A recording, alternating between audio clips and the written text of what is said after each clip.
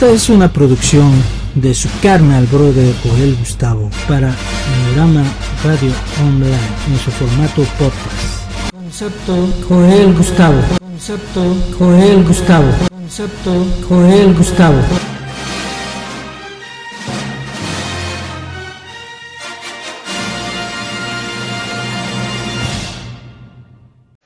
Que pocas veces podemos ver, que es la grabación de un disco en vivo. Esto lo voy a decir muy rápido. Nace en este año, tiene vida en el Vive Latino, justamente en marzo de este año, a una invitación que yo tuve con el señor Juan Villoro y con Diego Herrera, que fue muy afortunada. De esa invitación surge un gran espectáculo, un gran show que acontece en el Vive Latino en el contexto de sus 15 años, y es el inicio de una serie de eventos que irán sucediendo. Espero, Pacho, que también tengamos aquí, a través de Rock and Libros y de Libros Vivos. Yo solamente quiero agradecerles su presencia y contarles un poquito, ponerlos sobre aviso.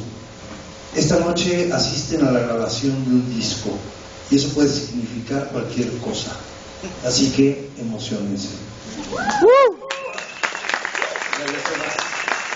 Quiero comentar un poco el contexto que acoge justamente este proyecto de Rock and Libros y el proyecto de Juan, Diego y los músicos que nos acompañan, que hoy representaré. Justamente en este museo, que en el 75 se inaugura como parte de la UNAM. No alcanzo a ver cuántas gentes jóvenes hay, pero la gente que tenga mi edad se acordará que aquí era un lugar de encuentro de artes subterráneas, una especie de cuna del rock, de propuestas emergentes, experimentales, lo que podríamos llamar las heterodoxias, y una de ellas era, bueno, desde luego el arte contemporáneo, de las músicas de rock, etc., y otra de ellas era la literatura experimental, que aquí en este museo se desarrolló durante varios años las bienales de poesía visual y experimental, de tal manera que ahora que llegamos nosotros a la dirección del Museo Universitario del Chopo y que elaboramos el programa estratégico, una de las líneas que quisimos fortalecer es justamente esta idea de abrir una plataforma de experimentación literaria y poética. ¿Por qué? Porque creemos que desde hace algunos años se ha venido fortaleciendo mucho este encuentro de la literatura y de la poesía como una experiencia que no solamente sucede en una página impresa, sino también fuera, a partir sobre todo del cruce transdisciplinario, del encuentro con la música, con la danza, con los visuales, etc. En ese contexto es que se presenta el proyecto que hoy los tienen ustedes aquí, un proyecto que con Juan Villoro veníamos platicando desde hace mucho, después se integra en el proyecto de Rock y Libros, y quiero a ustedes pedirles un aplauso muy fuerte para recibir a estos músicos, también invitarlos a ver la exposición de transcripciones que tenemos aquí, que es parte de la misma plataforma de literatura expandida, que es como lo llamamos, y darle las gracias también al Fondo de Cultura Económica, a Rock y Libros, a TV UNAM, a Yamaha y Shure por haber apoyado para la realización de este evento. Y bueno, un aplauso muy fuerte, por favor, para Javier Calderón, Alfonso André, Federico Juan, Diego Herrera y Juan Villoro con el espectáculo. Vamos a hablar un poco al pasado.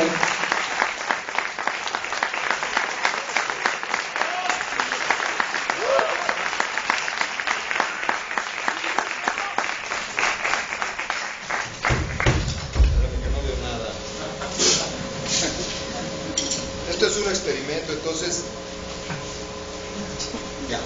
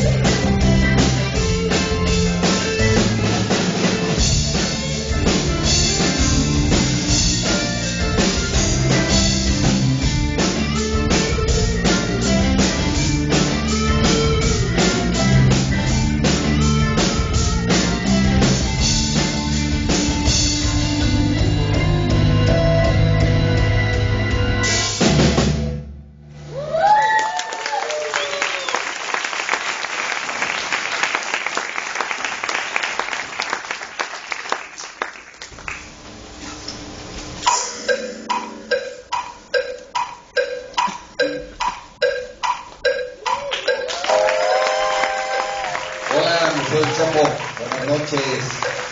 Bienvenidos a bordo del Túnel del Tiempo.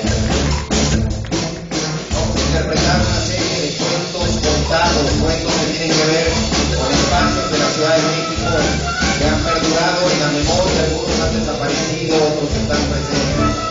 La música de rock surge en una pequeña comunidad de personas que existen durante un tiempo, crea actividades, goza y vive con enorme intensidad y luego desaparece. Pero queda la música, porque Luis Borges dijo: la música, misteriosa forma del tiempo. Y aquí estamos, como en los viejos teléfonos públicos, depositando una moneda para hablar.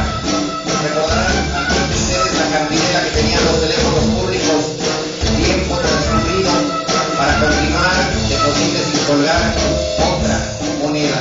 Es lo que vamos a hacer aquí esta noche. Vamos a ir recuperando tiempo, historias a partir del libro Tiempo Transcurrido. Vamos a tocar precisamente mientras nos dure el 20. Ya les dijeron, este es un concierto que va a ser grabado. Ustedes son nuestro coro griego. Le van a dar voz y ambiente al disco que próximamente vamos a publicar. Así es que, muy bienvenidos. Abróchense los cinturones para este espectáculo de rock y literatura. Y recuerden que en un avión de combate las turbulencias son una estupenda noticia. Es la señal de que el avión aún no ha sido derribado. Empezamos.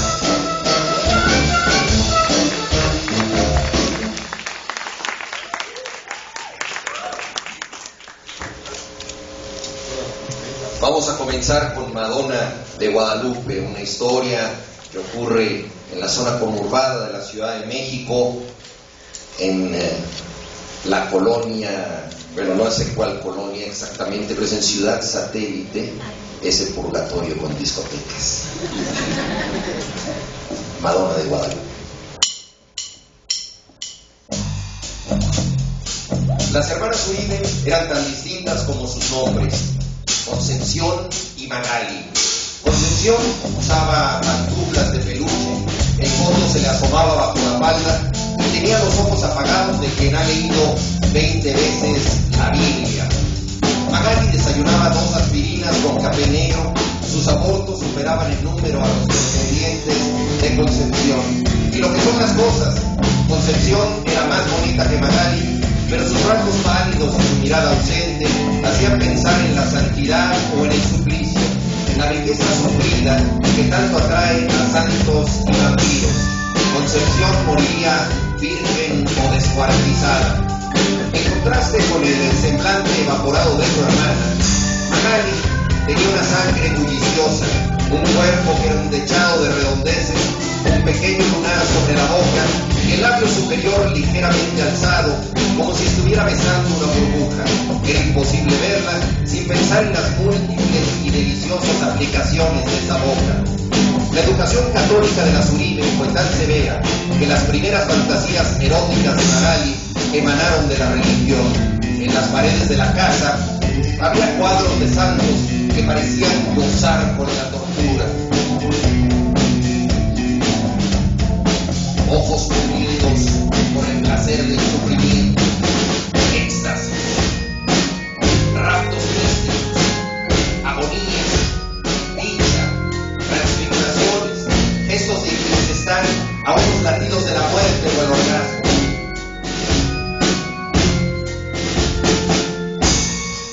Pero estas imágenes no eran nada en comparación con las historias que les contaba su mamá de cierta santa bellísima que se clavaba espinas en los senos y bañaba con su sangre a un Cristo de tamaño natural. La mamá hablaba con deleite del martirio de la santa, del hermoso cuerpo cubierto de pústulas. Sus historias eran la función de medianoche de la religión. El papá de Magali era más aburrido. Su acto más heroico se remontaba a los años 60 del siglo pasado. Había pegado en una pared de la calle una etiqueta que decía: cristianismo sí, comunismo no. Tenía una espada de caballero de color que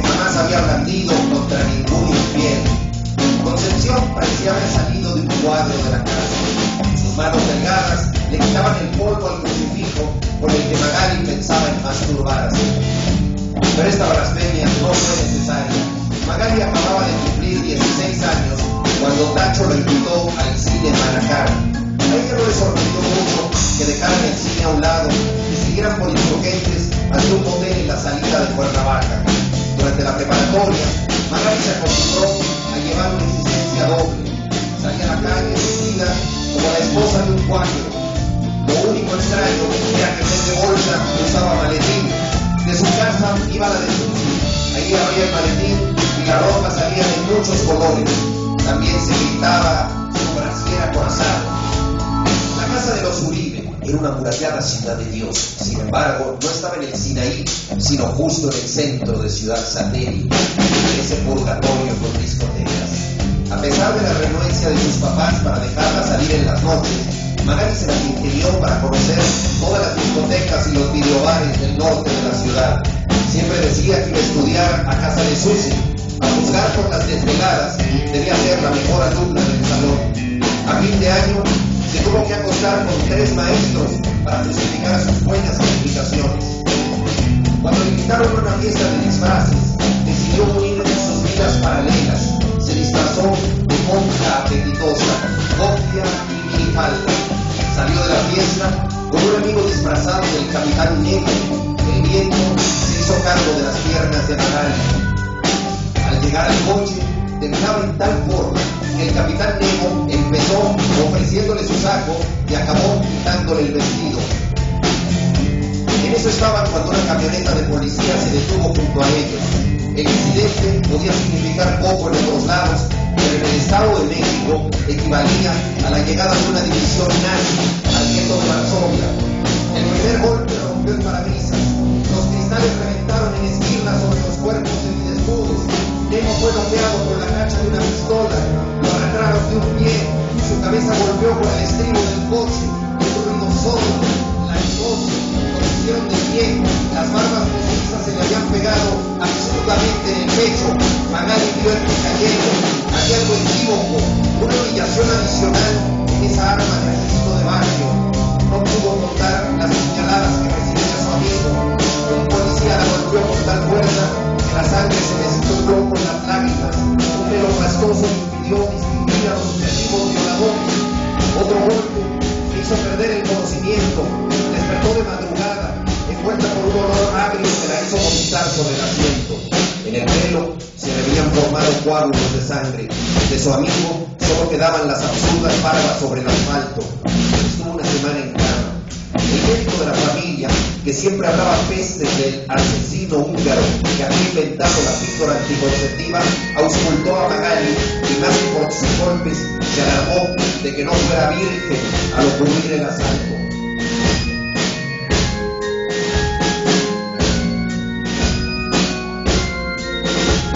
Los papás cancelaron cualquier tentativa de hacer una denuncia. En cuanto su hija sanó, la mandaron de interna a San Luis Potosí. O trataron de mandarla, pues ella se bajó del camión en Querétaro y regresó a la capital. Para esas alturas, Susi era amante de un millonario que había recorrido todos los atajos de la Viviane. El psicoanálisis lacaniano, los retiros de meditación en haciendas de 5 estrellas, las dietas energéticas y la marihuana en dosis moderadas. El arquitecto Vallarta patrocinaba todo tipo de accidentes culturales, desde una obra donde los actores salían de células y leucocitos hasta una exposición de cajas de jabón Don Máximo que alguien le había vendido como arte conceptual. Magali no podía regresar a su casa sin un concilio del Vaticano de por medio. Así es que fue a ver a Susi. El arquitecto Vallarta no solo le prestó a Magali una casa en San Pedro de los Pinos, sino que le encontró vocación para el canto.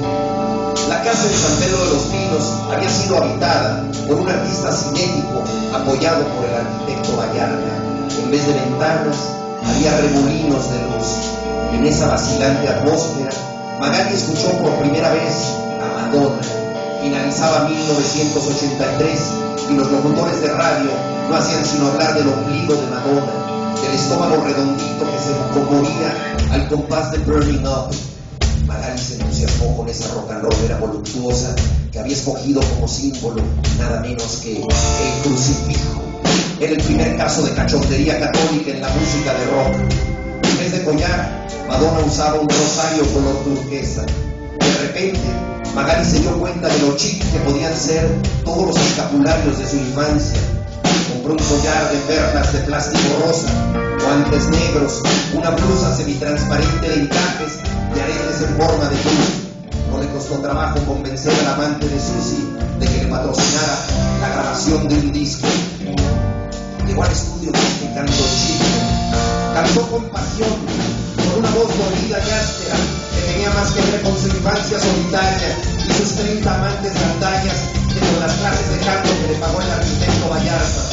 Al cabo de 36 horas quedó concluida la grabación de Madonna de Guadalupe.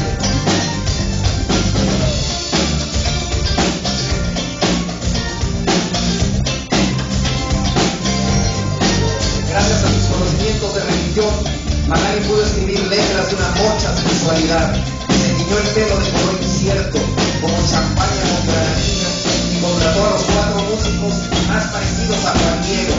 Aunque las estaciones de radio se negaron a transmitir su espasmódica voz guadalupana, Magali pronto tuvo un extenso séquito de admiradores.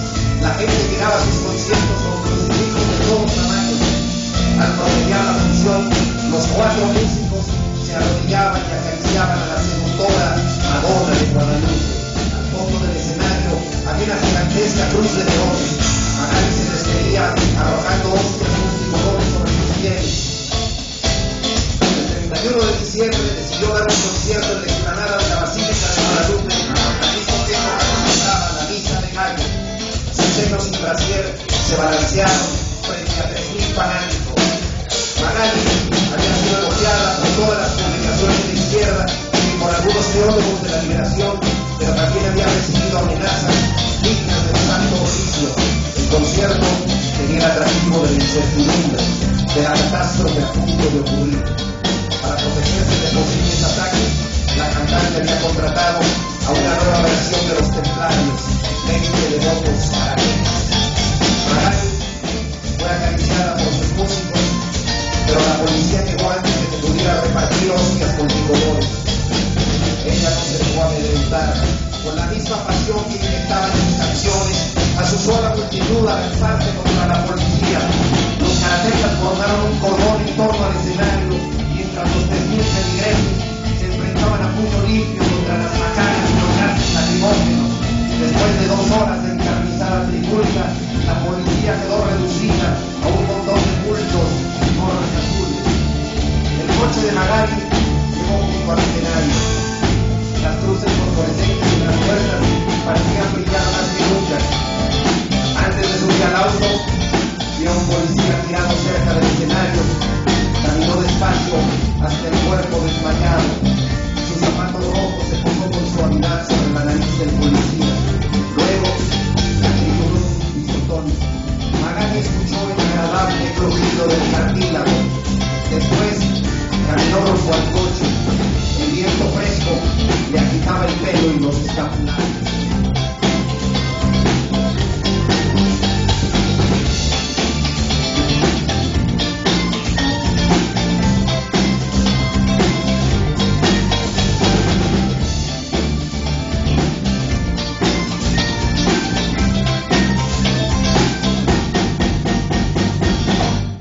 Gracias.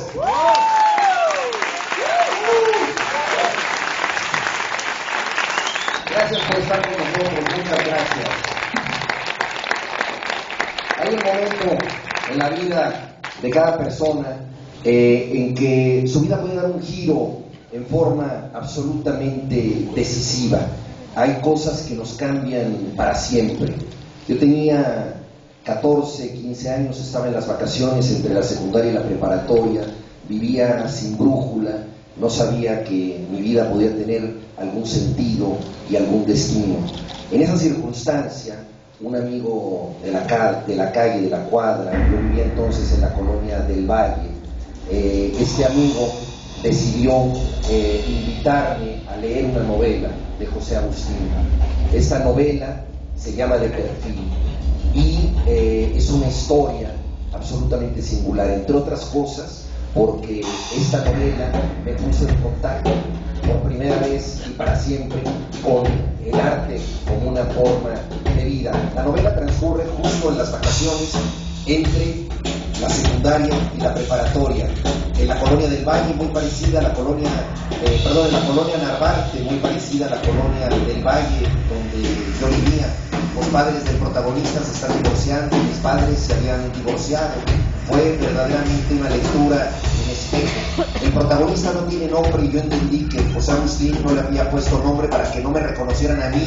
Me quería evitar el quemón de que me vieran en todas partes y supieran que yo era el personaje de esa novela. Naturalmente experimenté lo mismo que miles de jóvenes que gracias a esa novela descubrieron la lectura.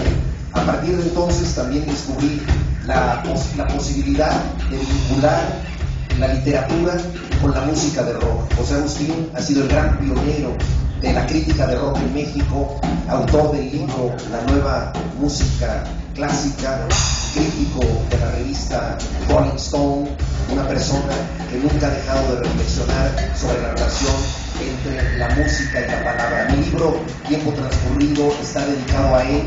Tuvo la generosidad de hacer un programa de televisión sobre ese libro, justamente aquí, en el Museo del Chopo. De modo que dentro de todas las condensaciones que estamos celebrando esta noche, la más importante para mí, desde el punto de vista sentimental, personal, es agradecer la presencia de José Agustín con nosotros. Les pido un aplauso para el escritor que cambió mi vocación, la de miles de escritores mexicanos, el gran José Agustín. Gracias, José. Bravo.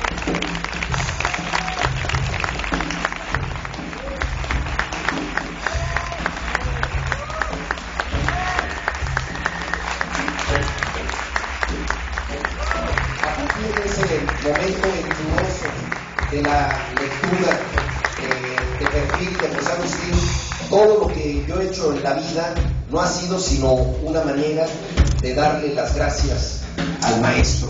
Entonces es para mí un momento particularmente significativo que él haya venido desde Cuautla para estar con nosotros, y esta canción, todo lo demás, y como siempre, José, ya sabes, todo lo que te quiero y todo lo que hago tiene que ver con ese libro fundamental. Gracias por ayudarme a ser feliz. Gracias, José. Seguimos.